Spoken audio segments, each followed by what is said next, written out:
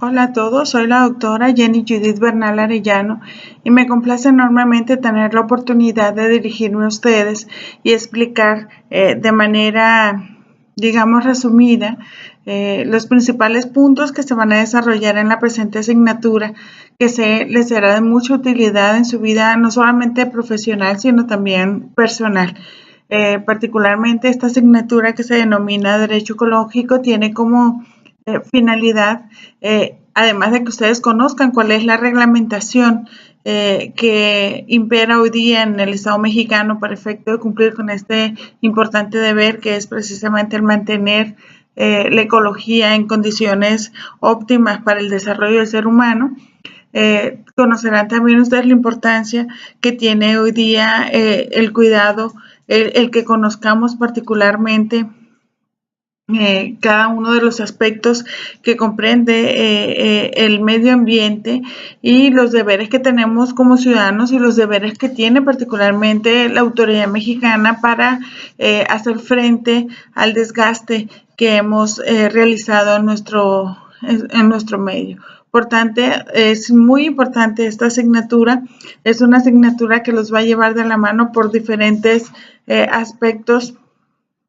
definitorios de lo que es el derecho ecológico y diferentes aspectos normativos que es importante que conozcan, particularmente después de que el Estado mexicano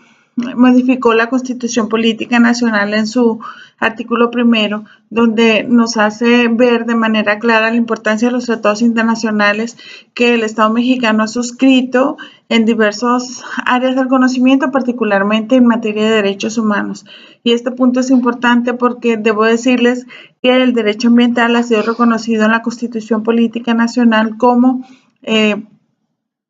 parte precisamente de uno de los derechos humanos fundamentales en nuestro país, que es de los conocidos como derechos de tercera generación, derechos que involucran no solamente al Estado mexicano, sino también a otras naciones del mundo, y de ahí la importancia de conocer esta reforma constitucional que el 10 de junio del 2011 se publicó en el Diario Oficial de la Federación y donde se establece que todos aquellos tratados que ha suscrito México en materia de derechos humanos o que reconocen particularmente derechos humanos, esos tratados, esos derechos reconocidos en dichos tratados internacionales tienen la fuerza jurídica que tienen los derechos humanos constitucionales en México. Y esto es importante, necesarísimo tenerlo presente a lo largo de toda la asignatura, pues será el eje rector que nos permite visibilizar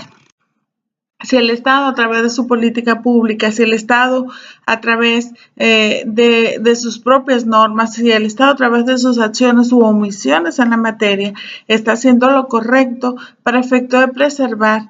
particularmente el ambiente en las condiciones adecuadas. Además, este artículo primero constitucional establece un principio de actuación muy importante que va a definir y va a ser la regla a través de la cual podamos vislumbrar si el Estado está tomando las acciones que se requieren para efecto de hacer frente al respeto de los derechos humanos, particularmente al respeto del derecho al medio ambiente adecuado. Este principio es el principio pro persona. Es un principio de actuación que obliga a toda autoridad, no solamente a los jueces, sino a toda autoridad, sea administrativa, legislativa, judicial, a considerar que ante una diversidad, a un amplio margen normativo con el que cuenta actualmente, no solamente la norma nacional, sino también la norma internacional, debe optar por aquella norma que más amplíe el derecho de las personas o la que menos los restrinja, en caso de que deba optar por alguna de carácter limitativo. Así que el juzgador, el legislador, el servidor público en general tiene un catálogo bastante amplio de normas jurídicas que tiene que atender y que debe aplicar. Y entonces cuando se encuentra ante la disyuntiva de saber, bueno, tengo tanto normas locales, normas generales o nacionales y tengo normas internacionales, ¿cuál de ellas aplico el caso en concreto? El principio pro persona nos ayuda a resolver ese interrogante optando por aquella norma que sea más protectora del derecho o la menos restrictiva de dicho derecho. Y debo decirles, esto es importante que ustedes lo sepan y es algo que van a anotar a lo largo de la asignatura, que el Estado mexicano ha suscrito una cantidad impresionante de tratados internacionales en materia de derecho ecológico. No solo de naturaleza bilateral, es decir, esos tratados que se dan entre dos estados, sino también multilateral, es decir, tratados internacionales que se dan entre dos o más estados, particularmente tres o más estados, o de carácter internacional a través de organizaciones internacionales. Recuerden ustedes que México pertenece a la ONU, México pertenece y forma parte también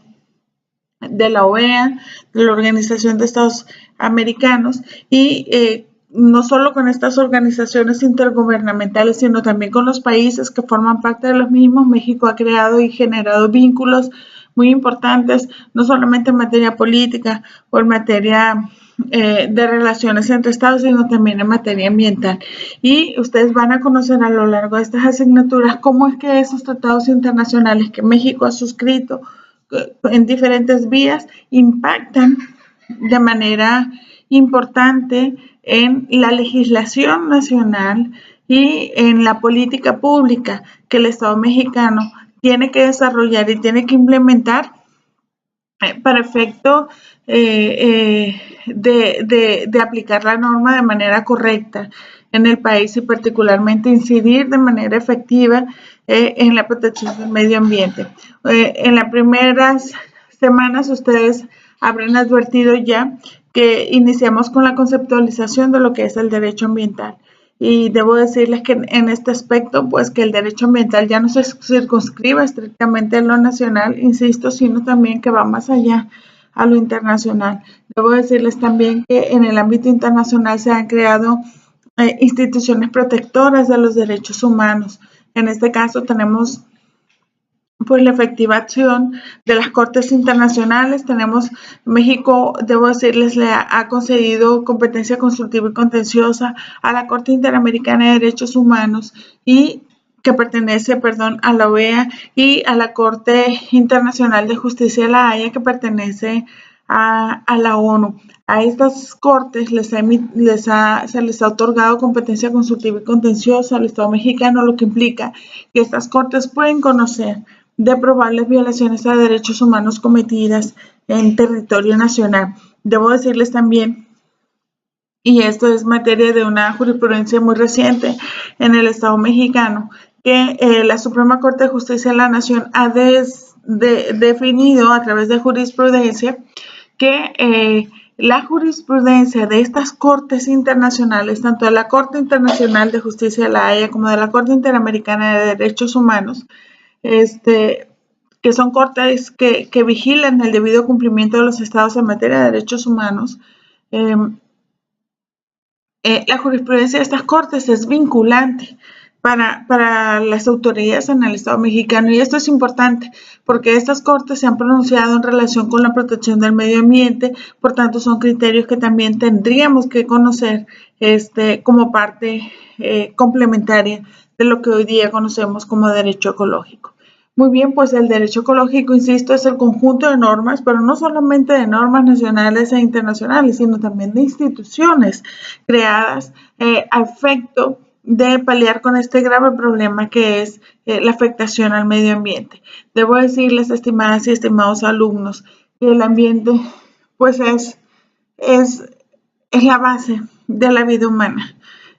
Sin un ambiente adecuado, la población, los seres humanos, estamos destinados a extinguirnos. Y debo decirles también que el planeta Tierra es nuestra única morada hasta este momento. Sí, y a pesar de los esfuerzos que ha habido por las naciones del planeta que tienen la posibilidad de conquistar el espacio exterior, debo decirles que hasta el momento no se ha encontrado un planeta que cumpla a cabalidad pues con los requisitos ambientales que necesitamos los seres humanos para poder desarrollarnos viablemente en otro espacio, en otra esfera. Por tanto,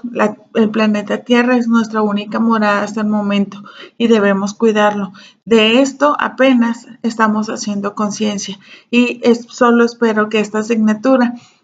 haga conciencia en ustedes también y puedan tener una perspectiva mucho más ampliada y mejorada en relación con el problema que se está presentando en cuanto a la atención del medio ambiente. Me dará mucho gusto acompañarlos y sé que lo van a disfrutar. Que pasen un excelente día.